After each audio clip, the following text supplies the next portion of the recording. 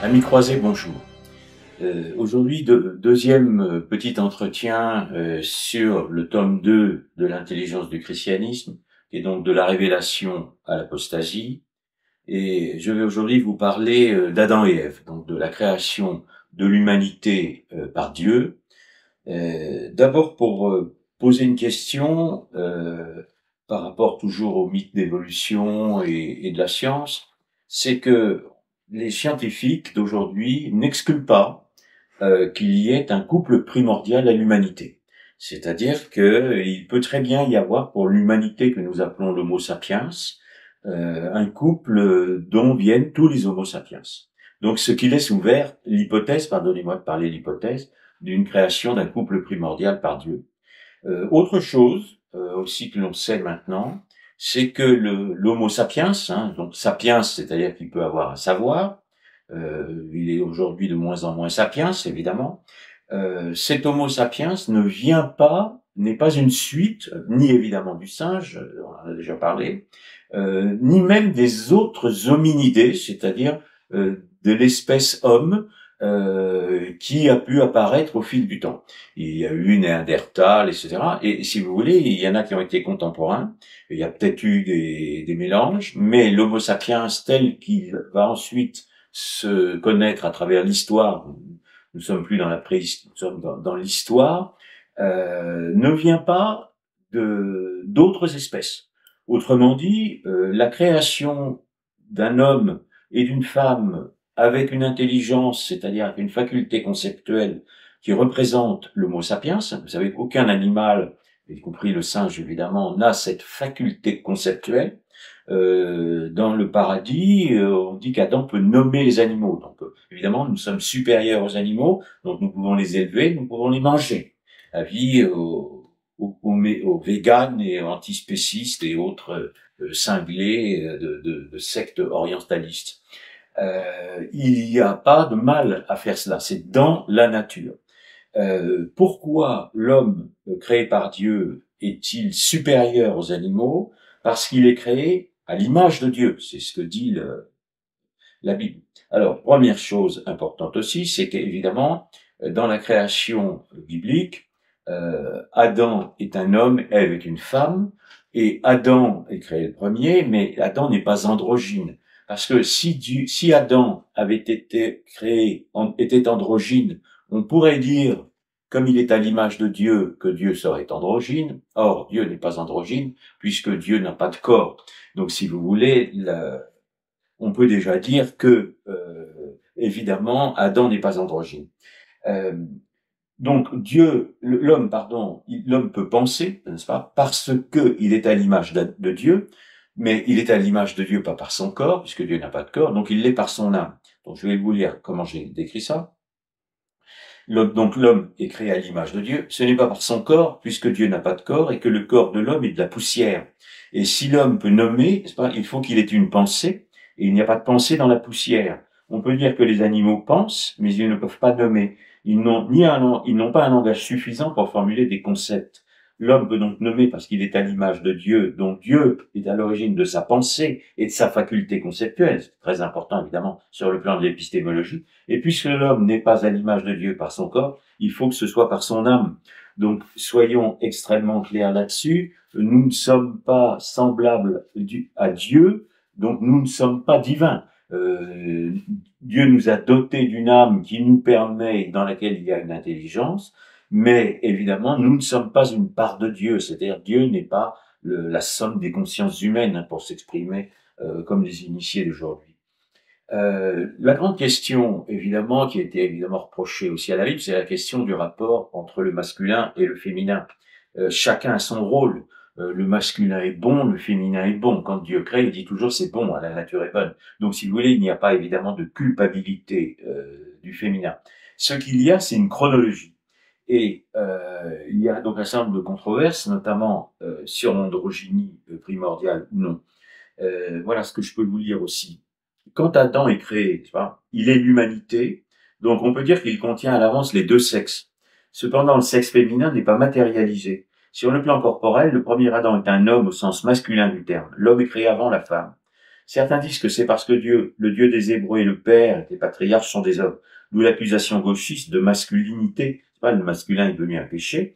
Or, cette accusation est contradictoire avec l'affirmation par d'autres, ou les mêmes d'ailleurs, que l'humanité serait androgyne, ce qui est important parce que c'est de là vient la théorie du genre, hein, c'est l'humanité androgyne.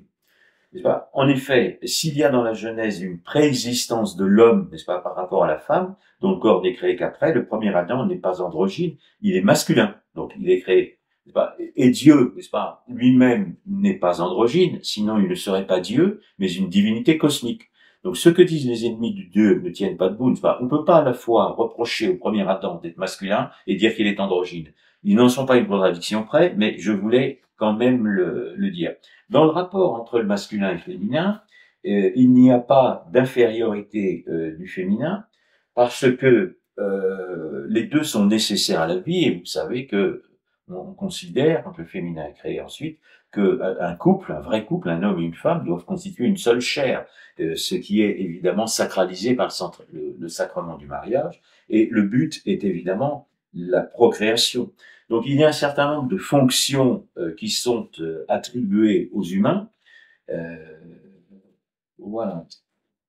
Ah oui, et dans cette fonction, le féminin et le masculin doivent agir ensemble, en coordination, et non pas opposés l'un à l'autre, non pas, euh, comment on peut dire, mélangés l'un à l'autre, et pas non plus en opposition. C'est vrai sur le plan de la nature, c'est-à-dire sur le plan de la procréation physique, mais c'est aussi vrai en épistémologie et en eschatologie, c'est-à-dire la science des fins dernières.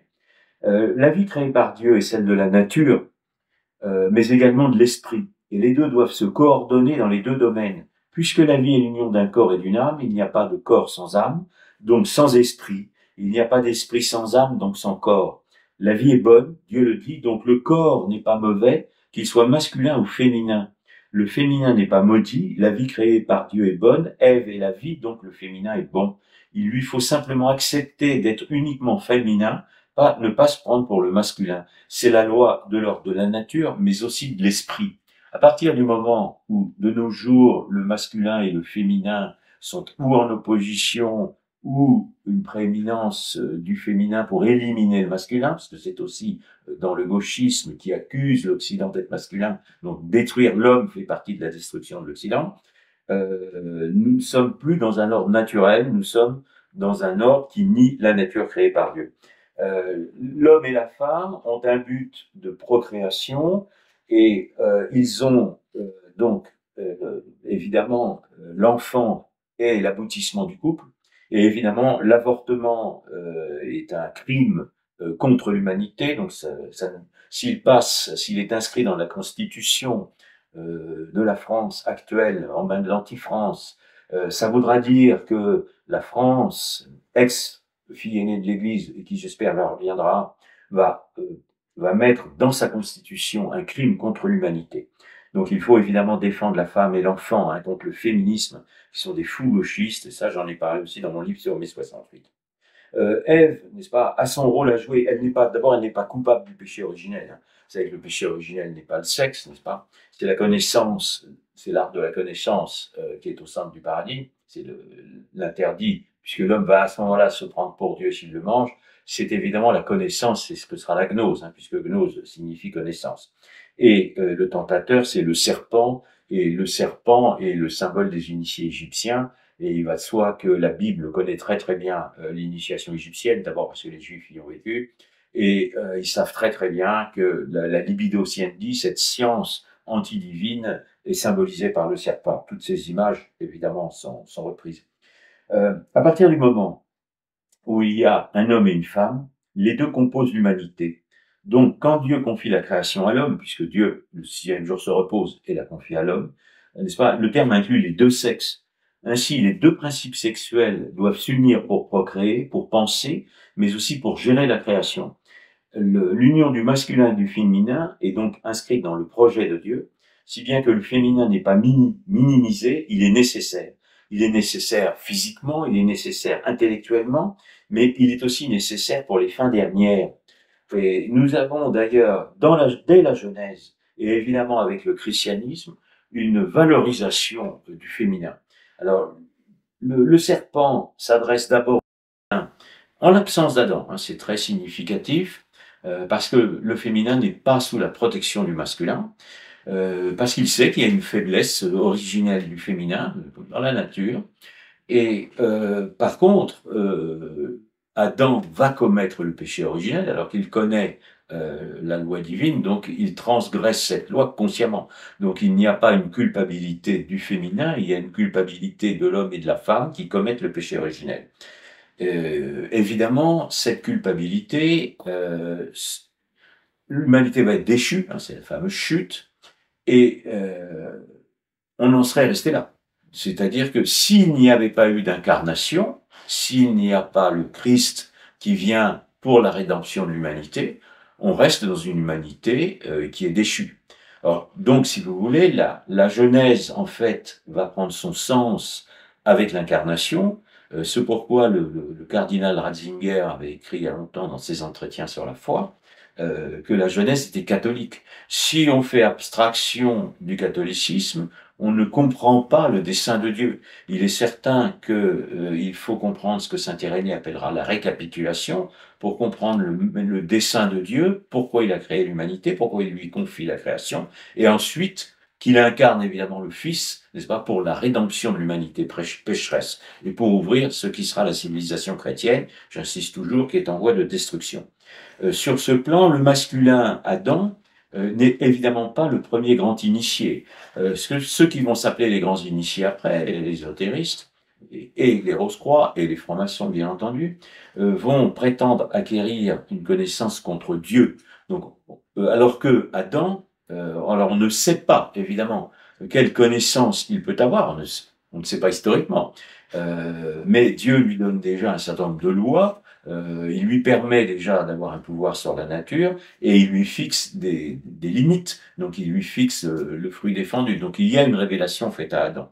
Adam n'est donc pas un grand initié et l'arrière-pensée, évidemment, des ennemis du christianisme. Si Adam était un grand initié, comme le Christ est considéré par la théologie comme le nouvel Adam, une nouvelle humanité, bien régénérer l'humanité, à partir de ce moment-là, on pourrait considérer le Christ comme un grand initié. Et à ce moment-là, il n'est plus le Fils de Dieu, il n'est qu'un homme qui prétend devenir Dieu, c'est-à-dire qu'en fait, qui recommettrait le péché originel. C'est absurde, mais les ennemis du catholicisme n'en sont pas à un mensonge près, et malheureusement, beaucoup de gens tombent dans tous ces pièges. Dernière chose sur la Genèse, c'est que la femme y est valorisée. Enfin, l'humanité elle-même, bon, l'humanité, on serait resté là, c'est-à-dire la chute, s'il n'y avait pas eu d'incarnation qui permet la rédemption. Bon, il y a donc après la chute une corruption de l'humanité primordiale, mais aussi la prévision d'un rachat. Et dans cette prévision, donc c'est Dieu chasse l'homme et la femme du paradis, mais Dieu n'accable pas la femme. Il lui rappelle que l'homme doit prédominer sur elle, donc il doit la protéger, mais il lui donne aussi une mission eschatologique, car c'est dans la descendance de la femme que doit venir celui qui écrasera la tête du serpent. Or, ce rôle éminent ne peut être compris sans le christianisme, puisque Jésus naîtra de la Vierge Marie, qui est la nouvelle Ève. Le christianisme valorise ainsi la femme au-delà de sa considération par le judaïsme. La femme sera mère du Fils, c'est-à-dire mère de Dieu, ce qui est annoncé dans la Genèse, mais ne s'accomplit qu'avec le Christ. Sans l'incarnation, pas de rédemption, donc la femme ne rachèterait pas le péché originel, elle demeurerait dans la faiblesse et la corruption. Mais par une femme, la Vierge Marie, femme réelle, le féminin portera le sauveur qui rachètera le péché originel, donc sauvera l'homme et la femme ensemble. Ce sur quoi je voudrais insister, c'est l'homme et la femme ensemble. Il n'y a pas la femme contre l'homme contre la femme. Il y a les deux ensemble qui doivent accomplir le dessein de Dieu, ce pourquoi Dieu les a créés et les a mis sur terre. Donc, mettons fin à tous les mensonges qui sont proférés contre le christianisme. C'est la plus intelligente de toutes les religions. C'est celle qui donne à l'homme et à la femme un rôle éminent dans la nature. Simplement, il faut respecter les lois de Dieu et non pas transgresser les lois de Dieu. Donc, le féminisme est un danger pour la femme. Il faut sauver le féminin contre le féminisme, car le serpent ment à la femme, il ment le serpent est le prince du mensonge, donc le serpent est le diable. Et le gauchisme reprenant les attaques du serpent, le gauchisme est diabolique. Donc il faut combattre le gauchisme qui est évidemment mondialiste et qui est évidemment lié au capital, à la finance apatride, etc.